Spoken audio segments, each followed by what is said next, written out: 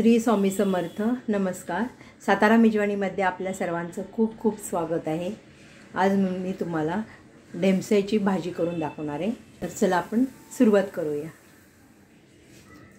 हे आता आपण कापून घेऊया.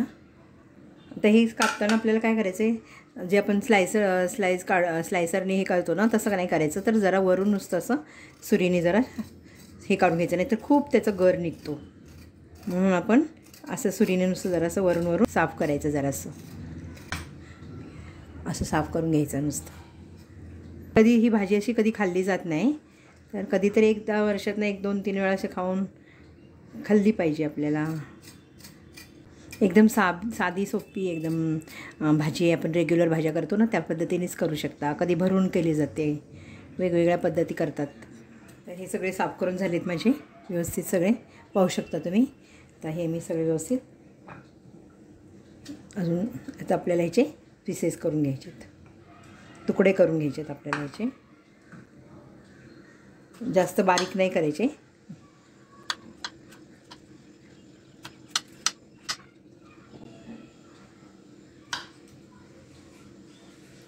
असे आपल्याला तुकडे करून घ्यायचेत. सगळे कापून झालेले आहेत आपले. आता आपण भाजीला सुरुवात करायची.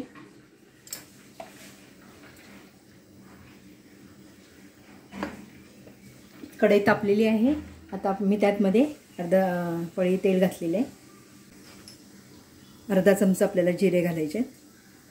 तिला चव येण्यासाठी आपण आता बडीशेप थोडीशी घालणार आहे आपण, अर्धा चमचा.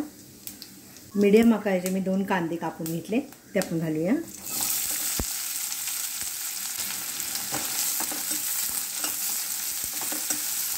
ह्यामध्ये मी मिरच्या ज्या आपल्या तिखट नाही आहेत, हे मी दोन बारीक कापून घेतले, ते आपल्याला घालायचे त्यात. तिखट कसं आहे आपल्या आवडीप्रमाणे, ज्यांना तिखट आवडतं त्यांनी त्या पद्धतीने घालायची मिरची. कांदा एकदम आता ह्या भाजीला जरा एकदम बारीक नाही चिरायचा, थोडासा मोठाच ठेवायचा. आणि भाजीला म्हणजे छान पण दिसतो आणि चव पण चांगली लागते.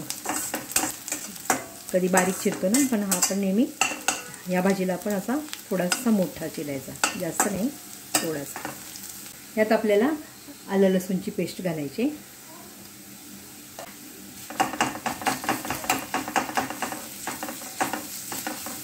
आपल्या ह्या ज्या मी सातारा मेजवानीमध्ये ज्या भाज्या बनवते ना, त्या पारंपरिक जास्त असतात. मला म्हणजे त्याच जास्त आवडतात तुम्हाला शेअर करायला. तुम्ही करून त्या खाव्यावर असं वाटतं. म्हणजे सगळ्यांना आपण ज्या भाज्या आपण नेहमी करतो त्यापेक्षा हे जरा माझ्या वेगळ्या असतात. तर तुम्ही अवश्य जरा ह्या खाण्याचं म्हणजे खावा बनवून आणि शेअर करा सगळ्यांना ह्या भाज्या.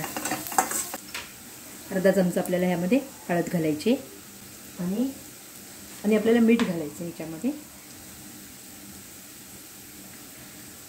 जेवढं तुम्ही भाजीला घालणार नाही ना, तेव्हा आत्ताच घालून घ्यायचं आपल्याला. जे आपण आता भाजी चिरून घेतली ना तिंडाची, ती भाजी आपल्याला ह्याच्यामध्ये टाकायची. आणि ही भाजी आपल्या ह्या तेलामध्ये ना चांगली परतून घ्यायची व्यवस्थित. म्हणून आपण मीठ घातलेलं आहे पहिल्यांदा. कांद्यात चांगली परतून घ्यायची, तेलात चांगली परतायची आणि त्याच्यावर झाकण ठेवून 7 ते 8 मिनिट ठेवून द्यायचे. असेच वाफलून घ्यायचे चांगले. मी आता ह्याच्यावर झाकण ठेवते आणि 7 ते 8 मिनिट नंतर आपण पाहूया. वास तर मस्तच सुटलेला आहे भाजीचा, ते मिठाने, आलं लसूण.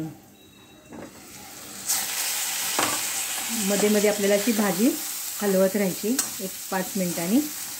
त्या तेलातच छान वाफवली जाते ही भाजी, पाणी नाही घालायचं आहे. अजून 5 मिनिट झालेत. अजून थोडा वेळ मी पुन्हा एकदा झाकण ठेवणार आहे, कारण खाली भाजी लागू नये ना, म्हणून आपल्याला मधून हलवली पाहिजे.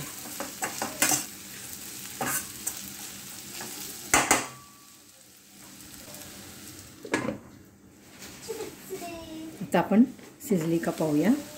आता आपल्याला ह्यामध्ये रेग्युलर मसाले घालायचे. पुन्हा थोडे वेळ त्या मसाल्यामध्ये पण थोडी वाफलायला पाहिजे ना. 5 ते 7 मिनिट झालेले आहे. मध्येच माझा हिंग घालायचा होता, तो राहिलेला आहे, तर मी आता घालते.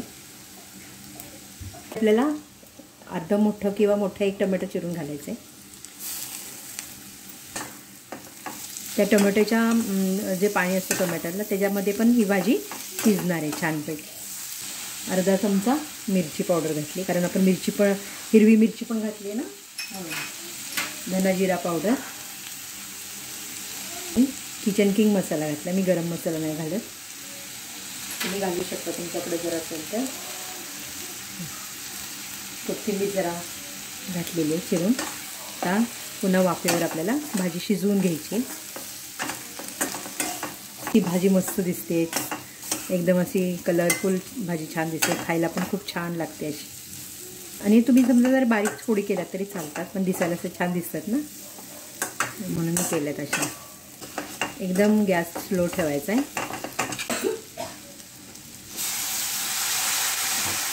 आता पुन्हा एकदा आपण झाकून ठेवूया. 5 मिनिट झाले.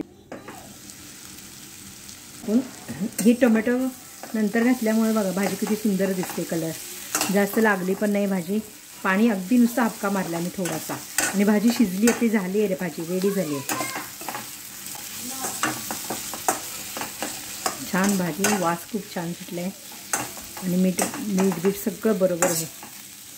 पण भाजी ही करून खावा, सीझनल भाजी ही, आणि करून पहा आणि मला सांगा कमेंट करून की भाजी कशी झाली. शेअर करा सगळ्यांना.